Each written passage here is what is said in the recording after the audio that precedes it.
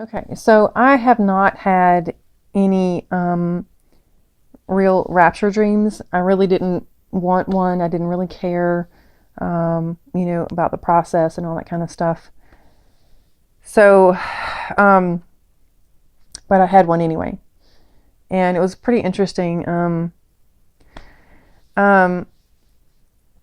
so I'm sitting. The dream starts. I'm sitting like in this courtyard, and there is like a wood fence in front of me, and I'm laying on a blanket, like we're all laying out on a blanket, like for a picnic or something like that. And in front of me, there's this wood fence, and behind me is like this multi-story school, like a four-story school. It's all dark, nobody's in there.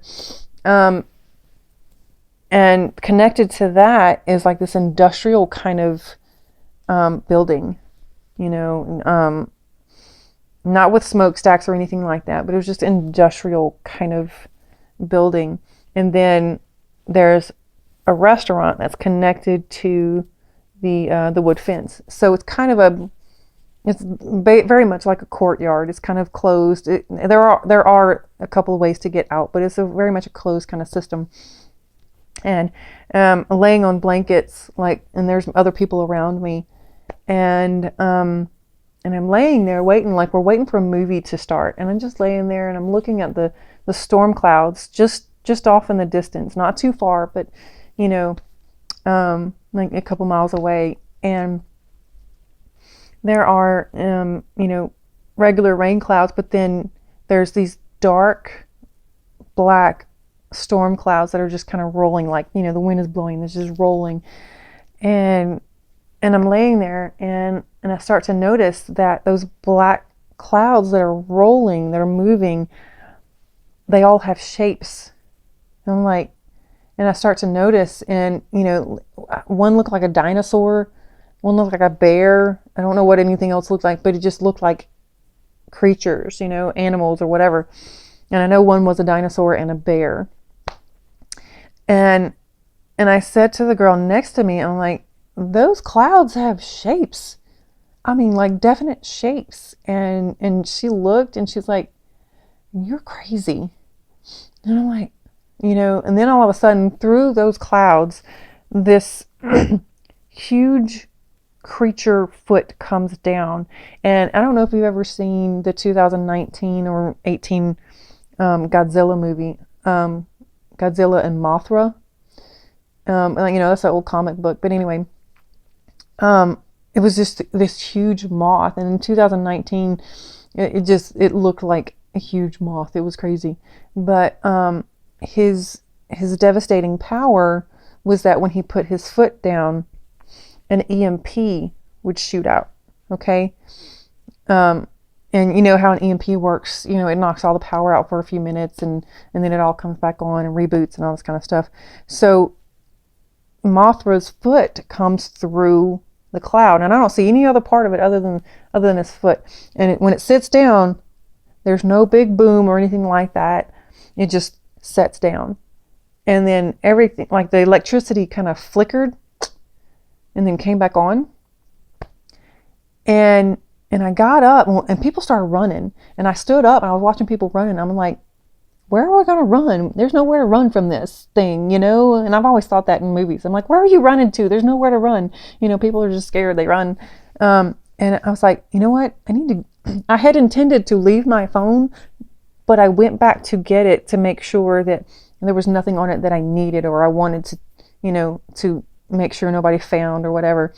And when I picked up my phone, the only thing that was on it was like the very first few pictures that I took with the phone when I got the phone.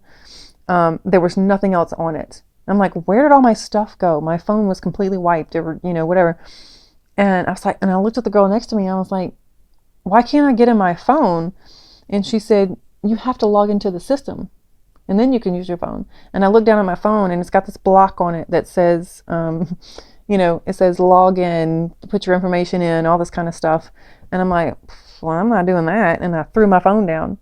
And so I look up, and there's this woman, the 30 years old, something like that. And she is witnessing to somebody. She's talking to this man, and she's got this like almost white blonde hair about right here, and it's just perfectly combed and beautiful. And she's talking to him, and he like starts glowing kind of like this baby blue kind of color, not this bright white light or anything. It was more like just a haze over him, and he disappears. And I didn't think anything of it in the dream right then.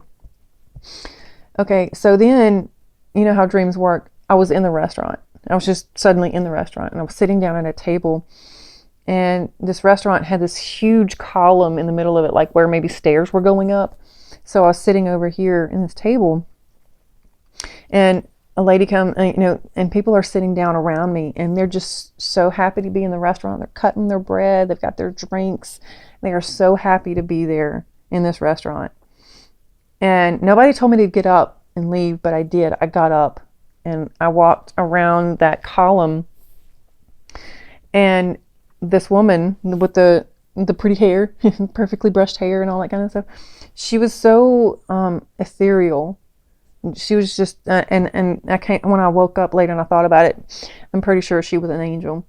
But she was sitting against this column. Her back was against the column, and people were starting to pull up chairs around her in like this semicircle.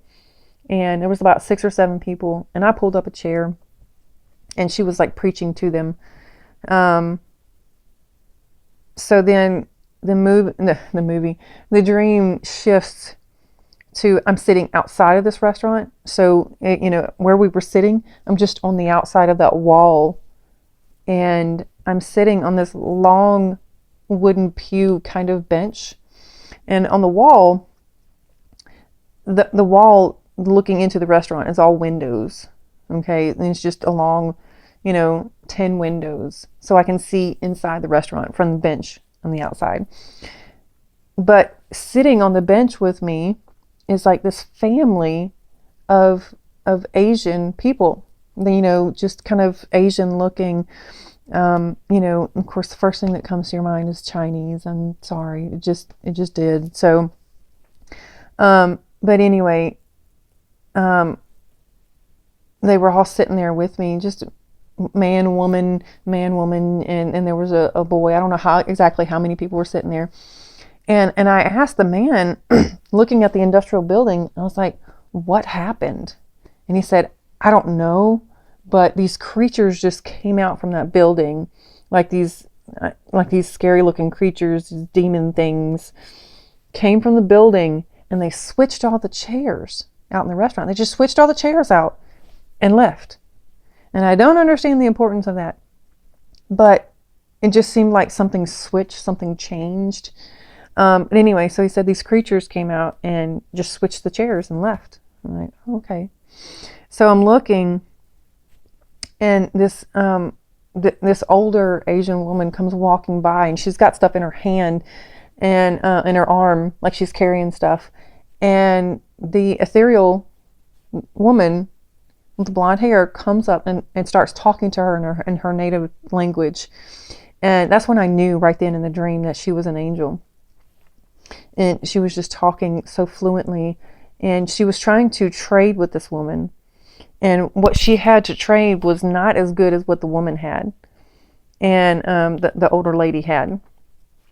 But she traded, and this old Asian woman gave each of us this cane sugar, and it looked like it had been pounded and fanned out, a little bit.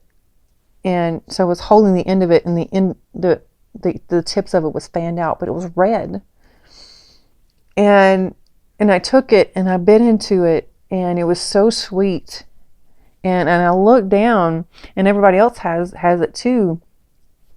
But now all of a sudden we all have hibiscus flowers. And it's like they've got the cane sugar with the hibiscus kind of sticking out of it, and they're all just eating the hibiscus flowers. Now, I know you can eat hibiscus, but I didn't really understand the importance of that. And I look over, and the little boy that that the little boy was oh, I'm sorry, but he was shoving the flour in his mouth, just like shoving it in his mouth, and I'm like, be careful, you're gonna choke, um so so then I look inside the restaurant, and on the other side of the windows, there's this like two tables put together, and it's full of young boys, like young men, early 20s, something like that, very young. And they all get up and they walk out of the restaurant and they line up. So there's a building here, the restaurant here, and we're like sitting in an alley. And they all come out and they're all facing at the end of the alley towards us. So we're looking at them. They all line up. And I thought it was so funny in the dream because they all kind of came out and they reminded me of the seven dwarves, even though there was 8 of them. It reminded me of the seven dwarves. And they all lined up, and it was 4 and 4, 8. The 5th one, he was kind of shorter, and he walked out there and he was like, I know I'm short, I don't care. It was so goofy. But they started singing, and it was just this beautiful choir type of song, and they started singing, and they started to glow with that same kind of blue light, that blue haze or whatever. So then from the other side of the alley, this man he starts walking behind them, and he's just walking so calm and walks behind them. But then this car comes driving by between me and the boy singing and the man that is now walking behind them. And after the car passes, the first 4 of the boys had disappeared. And I was like, where'd they go? And, your brain starts trying to process, well, maybe they just walked off or something. But as the man walked behind the other 4, they were glowing and they disappeared. They just disappeared. And I was like, in the dream, I was like, oh, this is rapture, and that was the end of the dream. So that was Jesus walking behind those people. And I think maybe that part of it represents that maybe the rapture will seem like it's something else, but it's really not. It's the rapture. And I really don't know about that part. But starting from the beginning, I forgot to tell you too in the beginning, I'll get there. But anyway, so whenever Mothra's foot came down and, the electricity flipped, it switched, it blinked. And then I couldn't use my phone without logging into a system. We hear about the beast system and all this kind of stuff. And people keep talking about an EMP. But I think maybe what that was, it was a flip to the new system that maybe is coming, that they're going to track everybody with and all this kind of stuff. I really think that's what it was. It wasn't a power outage. It was something to flip to that system. So whenever I turned around and I saw that woman witnessing to the man, I heard in my spirit, I'm like, there is no more time left. This is it. This is the last minute. And as she was witnessing to him and he accepted Jesus and he disappeared, that was it. This was like the very last moment. It was so I don't know if that means, there's going to be like, a time frame in there where where things are bad, but we still have time to witness to people. So the rest of the dream, I think, is pretty self-explanatory. When I was in the restaurant and I saw this woman and she was sitting at a table and she was, eating her bread and she was so excited to be there. I think people want to get back to normal so bad. She was so excited to be there, just sitting in a restaurant like normal. Nobody was wearing a mask, anything like that. And I think people just want normal so bad. And you know, the creatures that changed out the chairs. I don't know. I think this world is just run by evil. I don't know. But the rest of it's pretty self-explanatory. But yeah, so whenever I saw those boys disappear and this man was walking behind, Jesus was walking behind him, I was like, this is a rapture, you know, and that was the end of the dream. So that was pretty cool. A very interesting dream, but yeah, very cool. So that's it.